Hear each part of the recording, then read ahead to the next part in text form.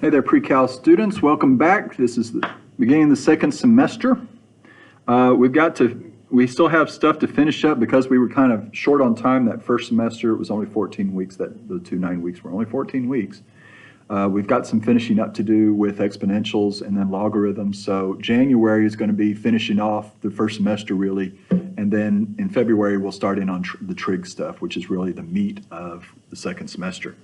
So sorry, this is kind of a long video today. Sorry about that. It's applications. Today and tomorrow we'll be doing applications of exponents, and then we'll start in on logarithms on Friday. And then we'll do some more with logarithms next week and have a test by the end of next week. And then we'll have a second test at the end of January, kind of putting all the stuff together. Okay? So, here we go. All right. We're looking at lesson 5-6. We're continuing on with exponential functions, and we have a couple lessons here about applications. So here's our first lesson, exponential applications. So just reading here, exponential growth or decay. Exponential functions are used to model situations where the dependent variable changes, it increases or decreases by a constant factor for each 1 unit change in the independent variable. So our independent variable is the exponent itself, and then the dependent variable will be our y value. So here's our independent variable here is going to be years. Upon graduating from college, Ashley took a job with a starting salary of $40,000. She can expect a 6% raise in pay each year. Compute her salary for the first 4 years. Okay? All right. So I know she's making $40,000 the first year. So the next year, she'll make $40,000 plus 40,000 times 6%, change to a percent to a decimal is 0.06. And so I can rewrite this as 40,000 times 1 plus 0.06, just doing a little undistributing there. And if I put this in the calculator, I get $42,400.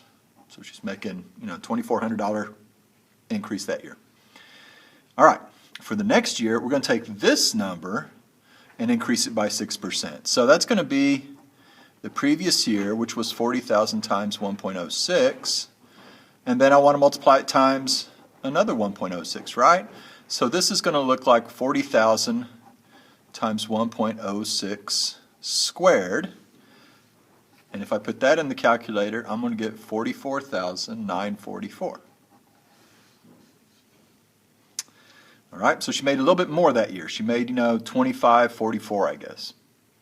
So the next year, hopefully you can see the pattern here, it's going to be 40,000 times 1.06. It's basically going to take this times another 1.06, so that'll become 1.06 to the third power.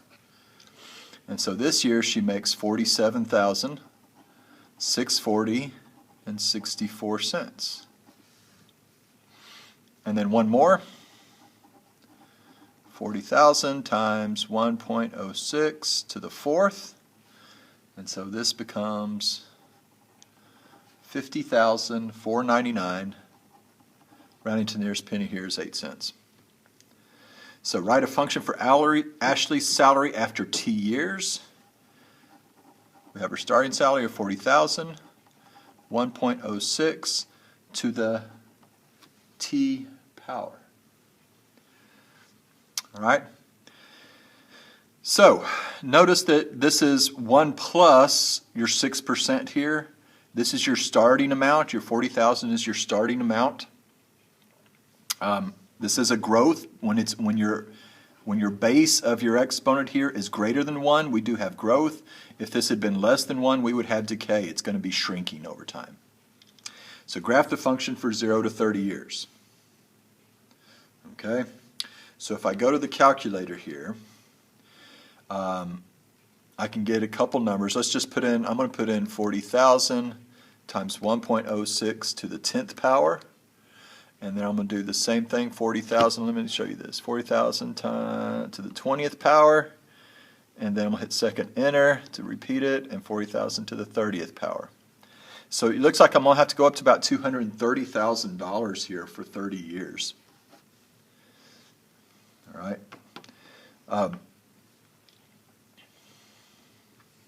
So I want over here, let's say maybe 100,000 200,000, 300,000. And we've got 10 years, 20 years, 30 years. I know she's going to start at 40,000, so that's going to be down here, less than halfway up to 100,000. After 10 years, she was at 71,633. 71, it's about 3/4 of the way up. At 20 years, she's at 128, so around 130, about a third of the way up, between 100 and 200. And then after 30 years, she's about 230. It's about a third of the way up between those two. And so we've got this kind of a gentle exponential curve here. Notice it's not super steep because our value is just a little bit more than 1 here. And I did determine these salaries. This was 71,633.91. This is 128,285.42. Okay? So when will Ashley earn $60,000 per year? All right, so I'm going to solve this by graphing. I'm going to go in here, I'm going to say 40,000, parentheses 1.06 to the x power. And I'm going to put for my y2, I'm going to put 60,000. And what do I want to find? This is going to be an exponential curve here, and this is just going to be a constant function. And I want to find the intersection between the two. I'm going to set my window. I know it's actually going to cross somewhere between 0 and 10, but I'm going to go, in fact, we'll do that, 0 to 10, and we know at 10,000 it's at 71,000. So let's use you can use 1 for the x scale, and I'm going to say 0, 0, and for my y max I'm going to put 7. Let's put 80,000. Put 80,000 here, and we'll just put in 10,000, and that should give us a pretty good picture. So notice it's starting at 40,000. It's gently coming up here.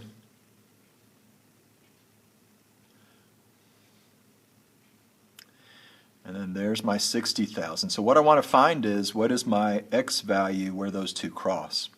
So I'm going to use second calc here, and I'm going to find the point of intersection. So I want number 5 intersect. And it's going to ask me which curves I want to talk about. I've only got 2 curves, but I'm going to move closer to my point of intersection here. So first curve is my y1, press enter. My second curve, I want to use y2, 60,000, press enter. And then guess, it's going to be pretty close to that number. I got 6.958, so right at 7 years. 6.958 years. So it's 7 years, basically, is when she's going to go above 60,000 for the first time. And we will find, I did all this without you seeing it, didn't I? I'm sorry about that. Okay. Can you see this now? All right, let me go through that one more time. So we do second trace. All right. Second trace 5. And I'm going to put myself close. Notice it says y1 is 40,000, 1.06. I'm going to use that for my first curve. Press enter. y2 is 60,000. Press enter. It says guess. Press enter one more time. And it comes back and tells me 6.985 here. All right. So that's my answer, 6.985 years. 958 years.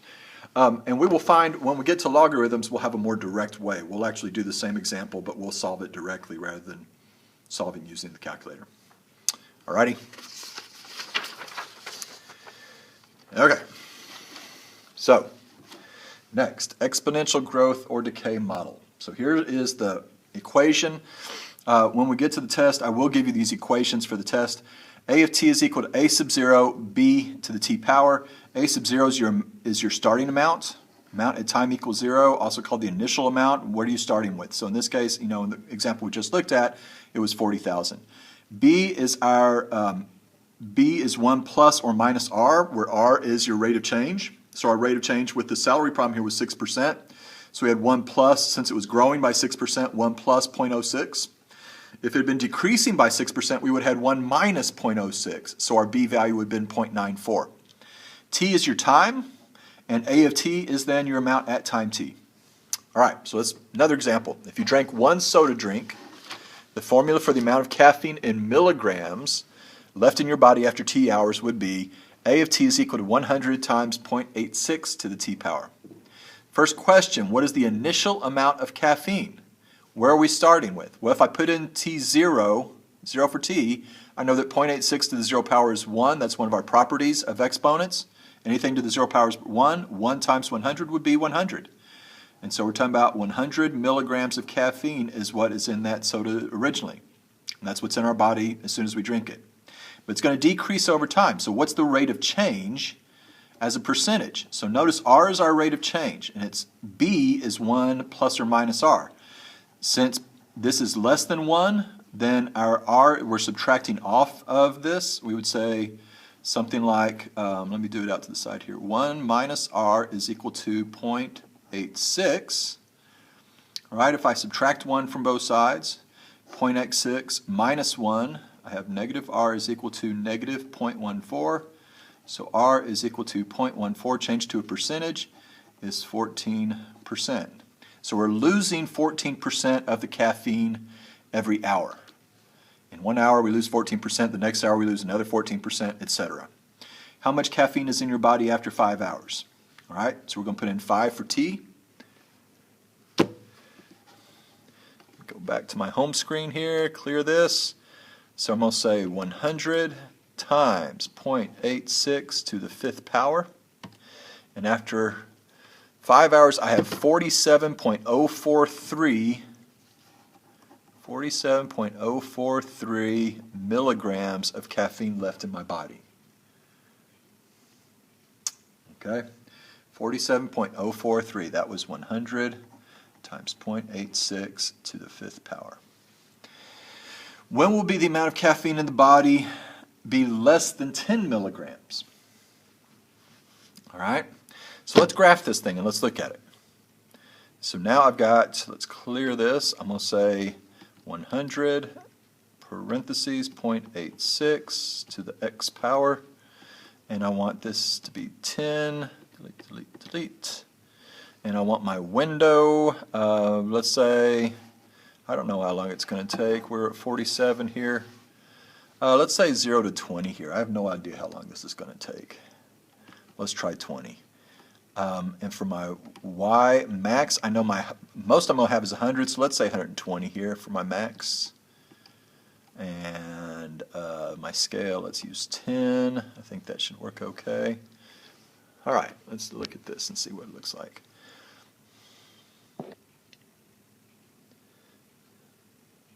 Okay, so there's the caffeine leaving my body. And here's that 10 milligrams I'm looking for. So we're looking for that point of intersection right down here. So in order to do that, again, I'm going to hit second, trace, intersect, number 5. And I'm going to get close to that point. You don't have to get close, but I think it's helpful. All right, my first curve is Y1. My second curve is Y2. Press enter for guess. Press enter one more time. And my intersection occurs at 15.267.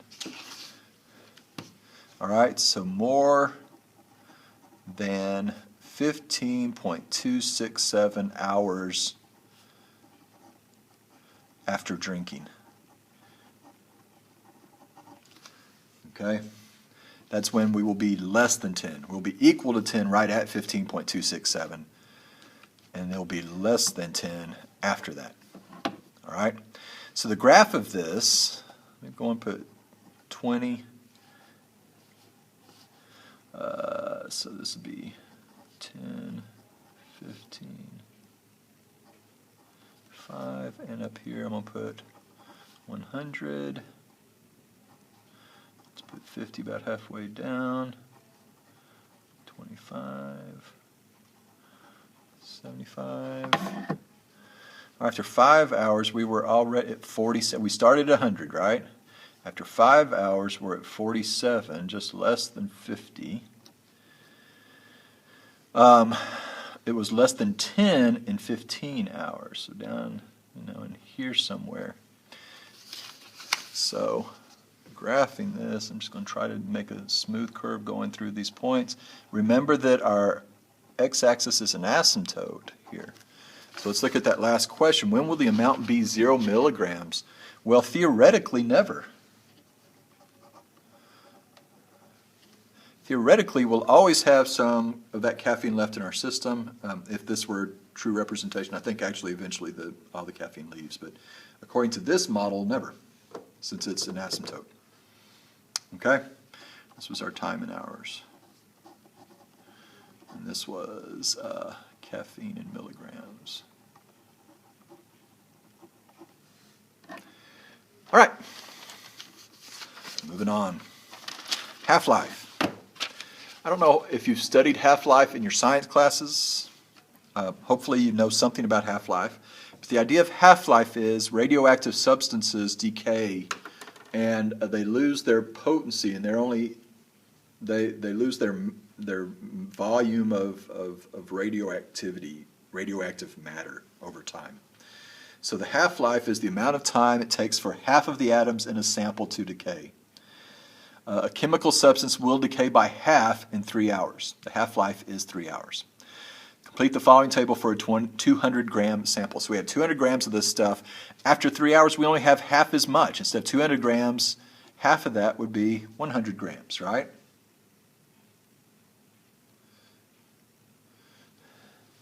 We'll do 200 times 1/2. And then after another hour, half of that is now gone, so we're down to 50. So that's actually like 200 times 1/2 squared, 1/4, right? And then after 9 hours, it's 1/2 to the third power. So 1/8, half of 50 is 25 grams. Okay? So your exponent here is always going to be, since our half-life is 3, it's going to be t over our half-life, t over 3. So it'll be 3 over 3, then 6 over 3 gives us 2, 9 over 3 gives us 3. So a formula for the number of grams left would be 200 times 1/2 to the t divided by 3 power. So how much will be left after 10 hours? We're going to say 200 times 1/2. 10 over 3. We know it's going to be less than 25, but not down to 12.5 would be 12 hours. Half of this would be 12.5. So let's go back to the home screen and we can say 200 parentheses 1/2 to the 10 divided by 3 power. And I get 19.843 when I round it. And that seems like a reasonable answer since it's between 25 and 12.5, closer to 25. That looks good. And so here's our formula for that. A sub 0, your initial amount, your starting amount. 1/2 is always, the base is always going to be 1/2 in a half-life problem.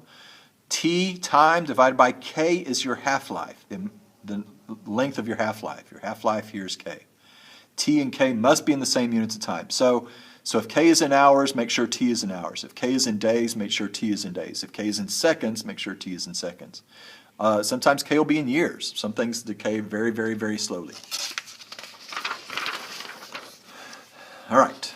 Compound interest is the last thing, and this is probably the thing that will affect most of you most. We have $4,000 is invested at an annual rate of 6%, compounded quarterly. So 4 times a year, we're going to compound the interest. Complete the table below if no withdrawals are made. So we have this $4,000, and it's going to get added to it interest every 3 months. So after 3 months, it's going to get some interest.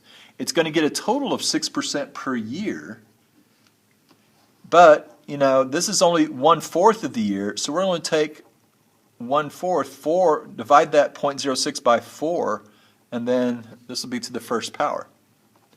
So if I put that in the calculator, 4,000 times 1 plus 0.06 divided by 4, and I'm going to do that to the first power, I get 4060. 4060. So it's made $60 in interest in those 3 months. All right? 6 months then, that means it's 2 periods now. It's 2 quarters. So we'll have 4,000 times 1 plus 0.06 divided by 4 still, but now we want 2 quarters worth of interest.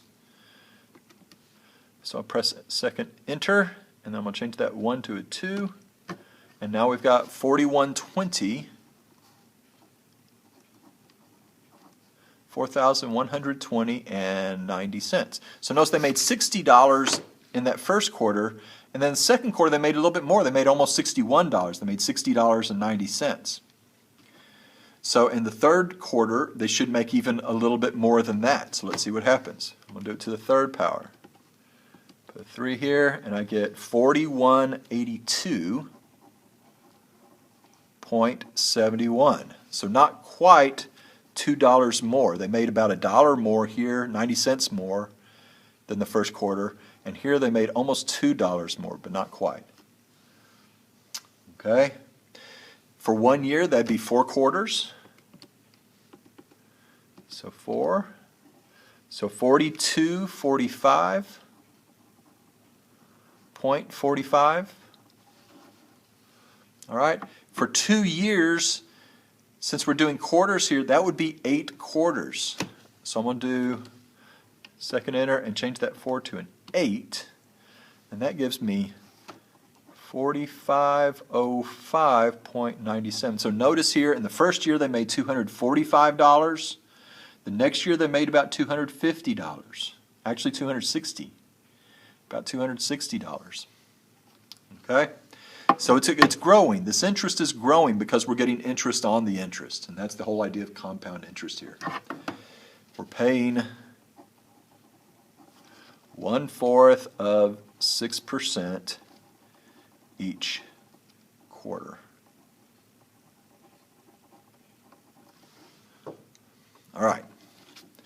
Write a formula for the amount in the account after 2 years. So this is going to be 4,000 times 1 plus 0.06 over 4 to the t times 4. However many years, t in years, times 4.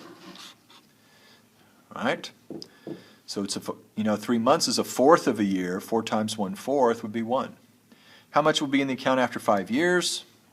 We're going to say 4,000 times 1 plus 0.06 over 4 to the 20th power. Let's see what we get. 20th power, and we get $5,387.42. And this is the power of compound interest, folks. $5,387.42. How much would be in the account after 5 years if the interest is compounded monthly? All right. If it's compounded monthly, then we're going to do 1 plus 0.06. Instead of dividing by 4, we're going to divide by 12. We're adding on that interest. Each month we're going to get interest. And then instead of being to the 20th power, I'm going to take the t, 5 years, and I'm going to add on every month. 5 times 12, that's going to be to the 60th power. So 4,000 times 1.06 to the divided by 12, and then that's going to be to the 60th power. And notice it's not hugely different, but it is more. $53.95 and 40 cents. So about $8 more than we were making previously because of that compounding more often. The more often you compound, the better it is for your investment. Worse it is if you're owing money that you're paying interest on. All right. So number 5, we're finding the principal needed to have $5,000 after 10 years at 6.5% compounded monthly. So we don't know the principal. That's our x. X is our principal. We do know that it's 6.5%, so 1 plus 0.065 monthly divided by 12. 10 years, so it's going to be 12 times 10 here, my exponent. And all of this, I want to know when this equals $5,000. So I can think of this as all just one big number here times x. So to get x by itself, I'm going to divide by that number. X equals 5,000 divided by 1 plus 0.065 over 12 to the 120th power. And when I put that in the calculator, right here, 5,000 divided by all that, I get 2614.81. So that's how much I need to start off with. If I have that much money to start off with, in 10 years, if I can get that 6.5% compounded monthly, I will have about $5,000, approximately $5,000. Okay? That is it. Good luck. Let me know if you have any questions. Bye-bye.